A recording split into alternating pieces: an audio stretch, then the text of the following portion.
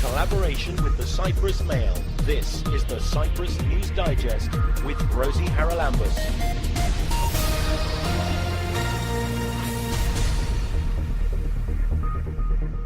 This week, we join the vigil for the murdered foreign women and find out what life is like for domestic workers on the island. It is well known that being a third country nationals here in Cyprus is really at the bottom of the list. The Deputy Minister for Tourism launches Cyprus Breakfast and Brunch Week. So I really do hope that this concept of Cyprus Breakfast, and especially the Cyprus Breakfast Week, will allow people to be innovative and show us something new. Classical music fans prepare for one of Cyprus' premier music events.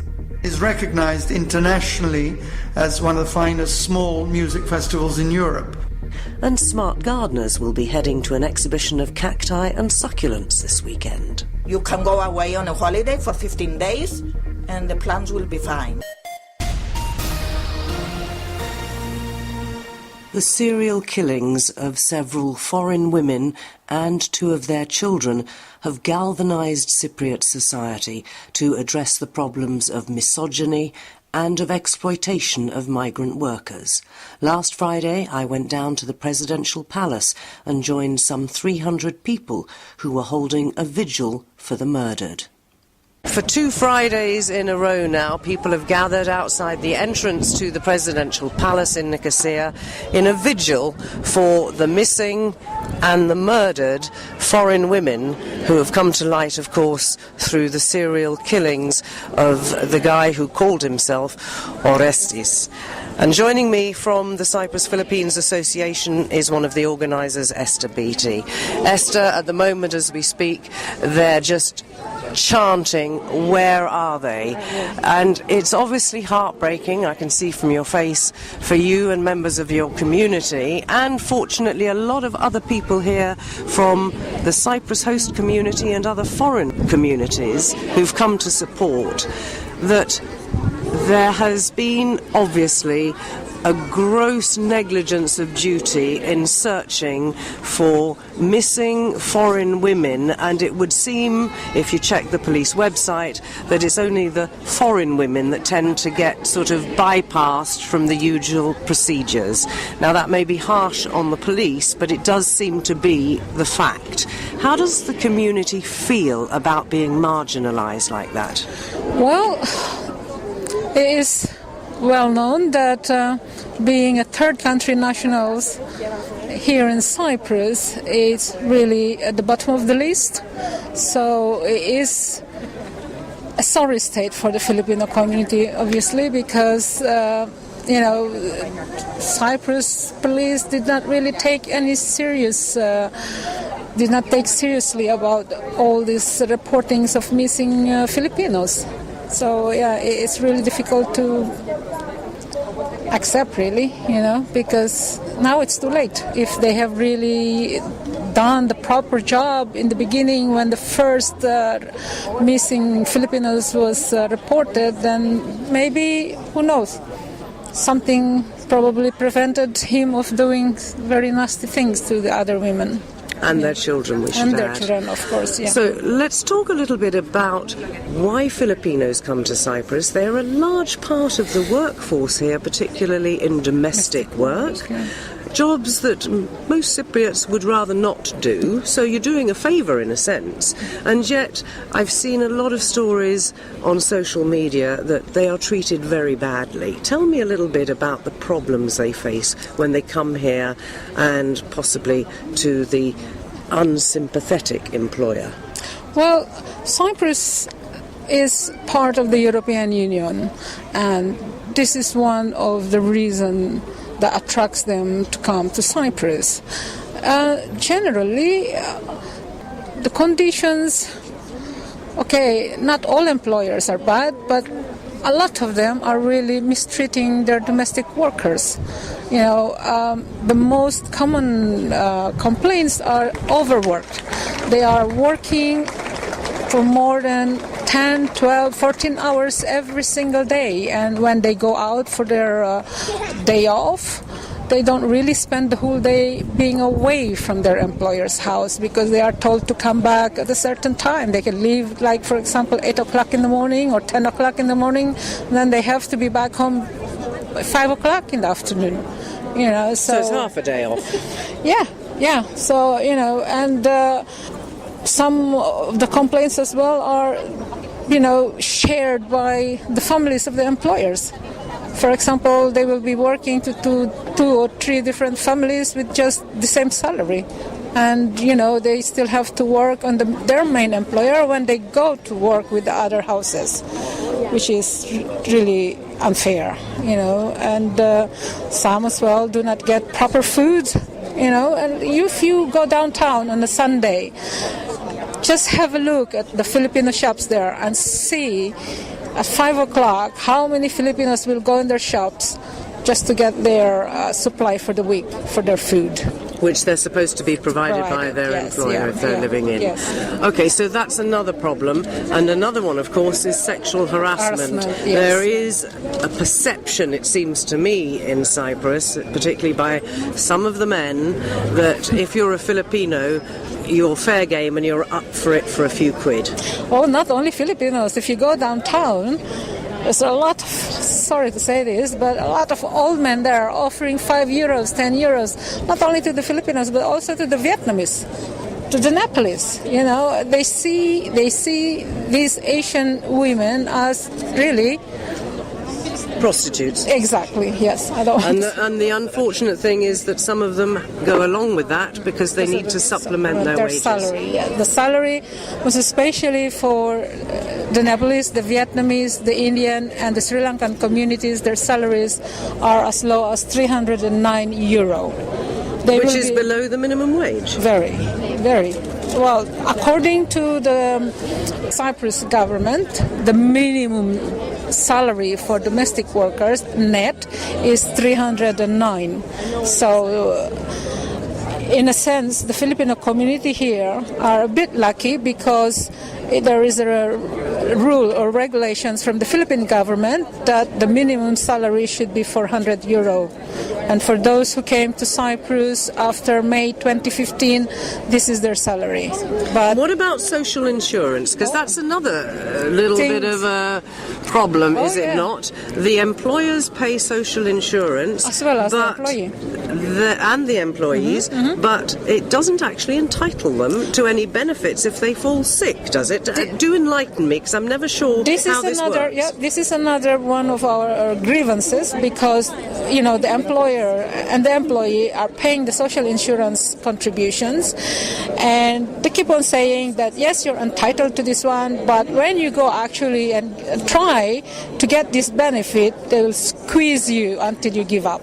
They will ask you all sorts of documents, which is sometimes impossible to produce. So hang on a minute. When the employees leave the country, having made all these contributions, can they get those contributions back in the Philippines, for example? Is there an agreement between the two countries? Not yet. This is what we are pushing for, a bilateral agreement between the two countries because of all these issues about the social insurance contributions. There are 10,000 legal Filipinos working here in Cyprus, and there are already few who are entitled to benefit for the pension. I have experience helping one old lady. She applied when she was 63 years old because there is a provision in the law that you can actually apply when you're 63. But she was told that her contribution was not enough, and she was told to reapply again when she was 68. So luckily she stayed here until she was 68, and so we applied when she was 68, and it took another 18 months before she managed to get what she was entitled to. Yes, exactly. Yeah, and the documents that the social insurance were asking is ridiculous. They're asking for a utility bill from her to prove that she's staying in Cyprus. But she was working here as a home help. Exactly. Yes. Well, I think we've highlighted a lot of the problems. It's good to see that for this second vigil, so many people have turned out. We've seen the resignation of the Justice Minister and the firing of the police chief. So the message does seem to be getting across, and as I say, it's quite good to see the different nationalities here, male and female, from all walks of life. Yes, yeah. Are you going to keep this up, or is Definitely. 2 vigils enough? What are you waiting for before you stop? Well, we will not stop until justice will be served to all the victims. The family demands justice to their daughter, to their sisters, and this is what us, the Filipino community and the families back in the Philippines, the Filipino community here in Cyprus, the Philippine government is also demanding justice for them. Next Saturday there will be a memorial service at the Russian church at 6:30 in the evening, which is offered by His Eminence, the Bishop of Tomasos, where Mitsero's village is under the administration of the And Tomasos. Mitsero, we should say, for those who don't know, there can't be many, is where most of the bodies have been found and where they're still searching for the rest. Esther Beattie from the Philippines community of Cyprus, thanks for joining me. Thank you, Rosie. Thank you very much. And a reminder, if you'd like to join that memorial service for the victims of the serial killer, then you're invited to join them at St. Andrew the Apostle and All Saints of Russia Shrine Church in Episkopio on Saturday. That's tomorrow, the 11th of May at 6:30 p.m. It's going to be conducted by His Eminence Metropolitan Isaiah of Damascus and Orini, along with the Reverend Father Barnabas Chrysanthou, who is the first ever born Orthodox clergyman of Greek Cypriot and Filipino descent. There are buses being laid on from all the major towns, but you did need to book your place on the bus. So that's a reminder once again that the Philippine community, and I'm sure many others, will be gathering for that service at 6:30 tomorrow in Damascus. This is the Cyprus News Digest with Rosie Charalambous. On Monday this week, our Deputy Minister for Tourism, Savas Perdios, launched the Cyprus Breakfast and Brunch Week. It continues all week across the island in a numerous number of establishments, both restaurants and hotels. He joins us now. Savas, what's the idea behind this? The idea behind it is that we feel that our gastronomy is quite unique, and especially our breakfast. In Cyprus, we tend to really pay homage to traditional recipes, especially when it comes to breakfast items. We felt that this is something very unique, something very different to other breakfasts we know, whether that's the English breakfast, the American breakfast, continental breakfast.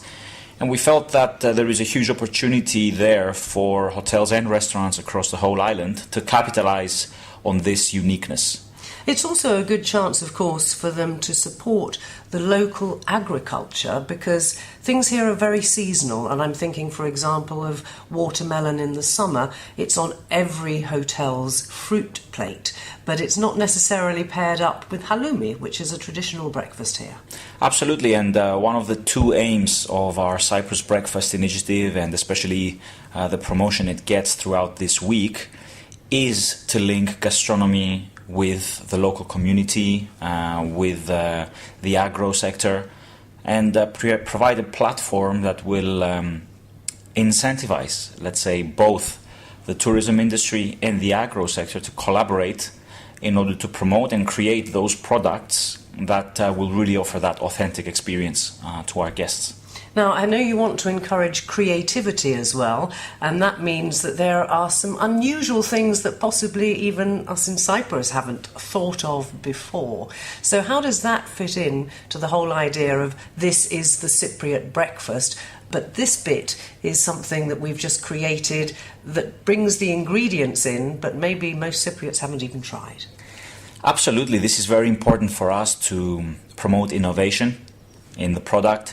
And just because we in Cyprus know halloumi as something which is eaten on the grill or in combination with watermelon in the summer, doesn't mean that it's the only thing we can do. I mean, I've read a lot of articles from the US even, where they're using halloumi cheese to create halloumi sticks or cheese balls from halloumi, or grate halloumi on a little bit of tomato with some lovely oregano, with olive oil and crispy bread.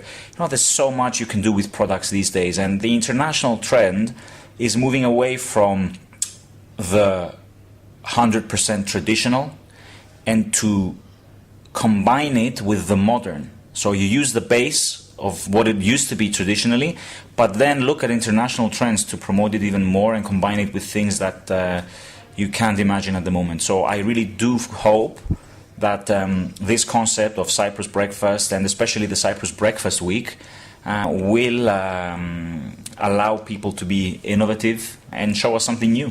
Well, it's all very well having a week, and I know that that is the idea, to bring the publicity in about it, but I'm assuming you're hoping that the numerous hotels and restaurants that have signed up for this week are going to continue serving a Cyprus breakfast or brunch throughout the tourist season, and even possibly into the next winter if we have tourism arrivals then. Absolutely. At the end of the day, there's around 150 businesses that have signed up to this week, and we feel that they will see firsthand how enthusiastic guests are about this concept, and hopefully this is something that will convince them to keep the concept going throughout the whole summer, and help us in our efforts to promote it internationally. Now, you've got some tavernas, I think, that are also logged on to do this, but I'm wondering how many people actually go to a taverna for breakfast, because in terms of the tourist product, most people, I think it's fair to say, they're on a bed and breakfast or half-board status, so they're going to have breakfast in the hotel. How many people do go to tavernas for their breakfast? This is exactly why we've opened up the name of the week, and we refer to it as Cyprus Breakfast Week and Cyprus Brunch Week. So, for exactly this reason, we've given the opportunity to restaurants and tavernas to actually offer a Cyprus brunch, which, as we all know, is a combination between breakfast and lunch. And we feel that it's a growing trend internationally. Guests, and especially the younger generation, they're asking for brunch. So yeah, that's an opportunity. While we're talking very quickly about more general gastronomy, I know that's something else that was spoken about at the launch of the Breakfast and Brunch Week, and that was giving a label to restaurants who reach a certain level of excellence in terms of serving Cypriot cuisine. A very quick word about that. Well, yes, this is a concept which is a little bit more strict in terms of criteria compared to Cyprus Breakfast. It's called Taste Cyprus, and again, its scope is to promote authenticity. So we can look forward to afelia with bulguri instead of with broccoli and carrots? Well, I guess so. I mean, it's something that promotes, again, local gastronomy, but in a more structured way.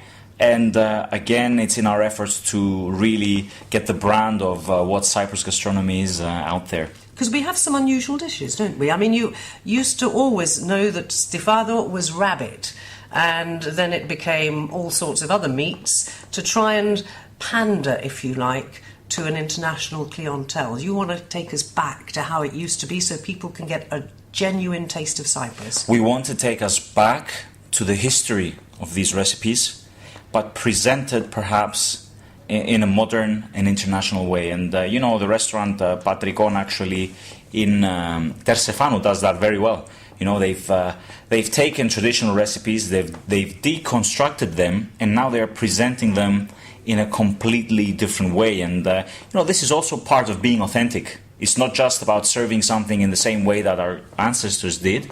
It's also about taking the base recipe and seeing how you can upgrade it visually and on a taste level.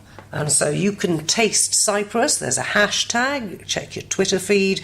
Lots of stuff on social media too. And it is Cyprus Breakfast and Brunch Week 2019. We've been talking to the Deputy Minister for Tourism, Savas Perdios. You can subscribe to the Cyprus News Digest on iTunes for free and get the program downloaded to your phone or tablet so you can listen anytime, anywhere.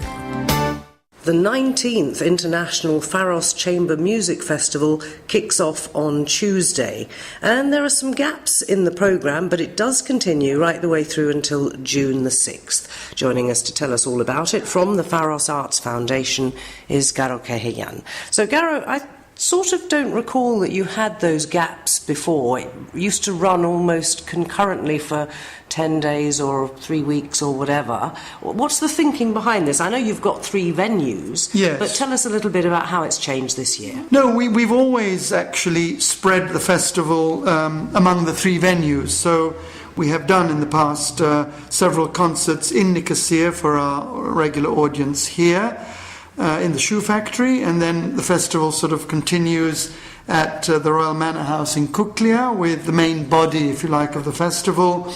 And then several years we've also had a final concert in the Olive Grove, which we hope in the future will actually be the main venue of the festival. You're going to be the Kuklia venue? No, we will always continue, with concerts in the Kuklia, maybe 5 concerts in Kuklia and then another 5 concerts in the Olive Grove as the festival grows and expands. Which it has done over the years. I mean, when you first started this, did you really think that you'd get to number 19? No, I didn't, and it's a real struggle, as you know, to maintain a festival of this caliber and of this quality.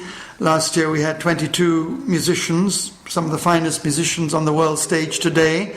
We've organised, I think, more than 150 concerts within the context of the festival, and it has grown and is recognised internationally as one of the finest small music festivals in Europe. And a lot of people do actually make the effort to come from abroad, particularly for those 4 or 5 days at the Kuklia Manor House, which is such a special venue. That's true. The festival attracts several thousand people during the 10 days that it happens, and many of those people do actually come from abroad, or people who are tourists here who happen to love classical music attend. So we do attract an international audience. And that, of course, takes it to the other end of the island as well, which means that people down in the Paphos district or Limassol don't have so far to travel. That's right, and Paphos is very special because it has a large international community, primarily British residents, but many others as well from other countries. And there is a music-loving audience in Paphos, and they've embraced us, and we've certainly embraced them, and we're very, very, very happy that we can have the opportunity to go to the Paphos area every year and perform in this very special setting. So, can you sort of quickly run us through the basics of the programme? Yes. 14th and the 22nd, you're at the Shoe Factory. What's happening there? That's right. We've got a wonderful string quartet and a soprano performing at the Shoe Factory, the Het Collective, and soprano Catherine Baits. They are coming from Belgium. And then there'll be a piano recital on the 22nd with a wonderful Korean pianist. They're all major prize winners. And then we will move, as I said, to the Royal Manor House in Kuklia from the 1st to the 4th of June. And the final concert will be on the 6th of June in the Olive Grove at Deligibos, which is a wonderful site. People are, very, very keen to come there, whatever happens. We'll probably have a dusk kind of, people can have a glass of wine at dusk, and then the performance will start at 8:30. This year is special because we're collaborating with the Cyprus Youth Orchestra. Last year we had another orchestra from Spain, and we thought it would be a wonderful opportunity for the Cyprus Youth Orchestra to participate in our festival and to interact with some of these top soloists who come to the island. So it's a privilege, I would say, for them to play with the likes of Sergei Babayan and other wonderful soloists who are coming. So I think it's going to be a really, really special grand finale of the festival. And of course, people can find the details on the Pharos Arts Foundation website. That's very simple. Pharos is spelt Pharos, artsfoundation.org. And there are links there as well about where and how you can buy your tickets. And finally this week, the perfect answer for gardeners in our arid climate. On Sunday, the Cyprus Cactus and Succulent Society is holding its annual exhibition, and we're joined by two of its board members, Irene Themis and Loria Philaktis. Irene, tell us a little bit about the history of the exhibition. This is the 12th annual exhibition of the Society, and as usually, it will take place at Acropolis Park in the Spilies part of the park. Every year it gets bigger and bigger. Every year we have more than 1,000 visitors to the exhibition. We have over 500 plants for show, and every year the members to our society increase. Over the years we've had about 400 members. Currently now it's about 120 members to the society, and the members bring their plants to the exhibition. And you also have people selling plants, I think. Loria, tell me a little bit about your involvement. I assume that since you're here talking to us, you love your cactuses and your succulents. Yes, I do. I do have a big collection myself, and I've been a member of the club since the day started. So it's getting bigger and bigger every year. And because of the shortage of water in Cyprus, cactus and succulents are getting more popular each year. We have usually 4 or 5 shops taking part in the exhibition, outside of the exhibition, selling just cactus and succulents. You also have people on hand, if I recall, who can advise newcomers to this form of, what should we call it, horticulture, I suppose. Yes. About how they can get started. Some of them are very easy, but some of them are a little trickier, aren't they? Yes. Some cactus are very easy, and succulents. Some others, the more rare, let's say, are more difficult. And anybody who is a beginner, is better to start with the easiest species. And if we look at where cacti come from, it's all over the world in the right climates. How do, for example, ones that are originally from places like Mexico, how do they do in Cyprus? Surprisingly, they do quite well because our climate favours cacti and succulents, as in, apart from this winter. I was just going to say, well, wait a minute, what about all the rain we've had? Has that messed up your plans, in a sense, for the people who are going to try and show their succulents and cacti in flower in time for the exhibition? Yes, this winter had a few adverse effects on the presentation of the plants. I call mine that they've got chicken pox. They've got lots of spots because of the hail we had. But otherwise, the majority of them, 99% of them, survived. Only very few perished because of too much rain. So easy to do, and I guess you would like anybody who's remotely interested in perhaps starting off with a few of these plants. The other thing we should say is they grow well in pots, don't they, most of them? They do. So even if you don't have a garden, you can have your little succulent garden on a balcony. Well, personally, I don't have a garden, really, to call garden. Very, very small, and 3/4 of my collection, even more than 3/4, are in pots. Yes. The trick is to have a porous soil, so it doesn't keep the water for a long time. In the summer is no problem because of the very hot weather, it dries quickly. In the winter is necessary. And what about watering? I mean, in the summer, I presume you water what, once every fortnight or something, very sparingly? Yes. Once, if it's too hot, once a week. Some succulents, not cacti, need maybe twice. But even if you give them once, or even if you give them once every 2 weeks, nothing will happen to them. You can go away on a holiday for 15 days, and the plants will be fine. You don't have to get somebody in to water them. Exactly. OK, give us the details again then, when this is happening and where exactly. The exhibition is on the 12th of May, Sunday. It is always on the second Sunday of May. It is at the Acropolis Park. in the Spilies section of the park, and it starts at 10 o'clock in the morning until 7 o'clock in the evening, open throughout the day.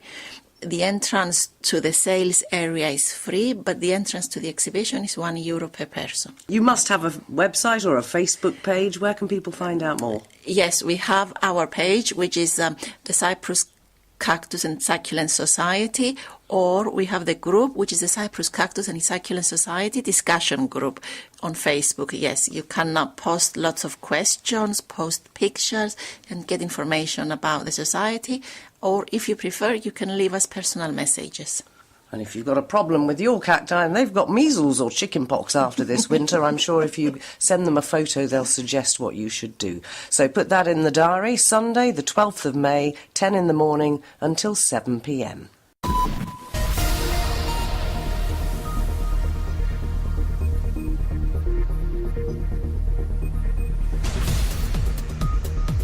Well, that about wraps up this edition of the Cyprus News Digest. Many thanks for your company. Hope you'll join me next week. Till we meet again, take care and God bless. Bye-bye now.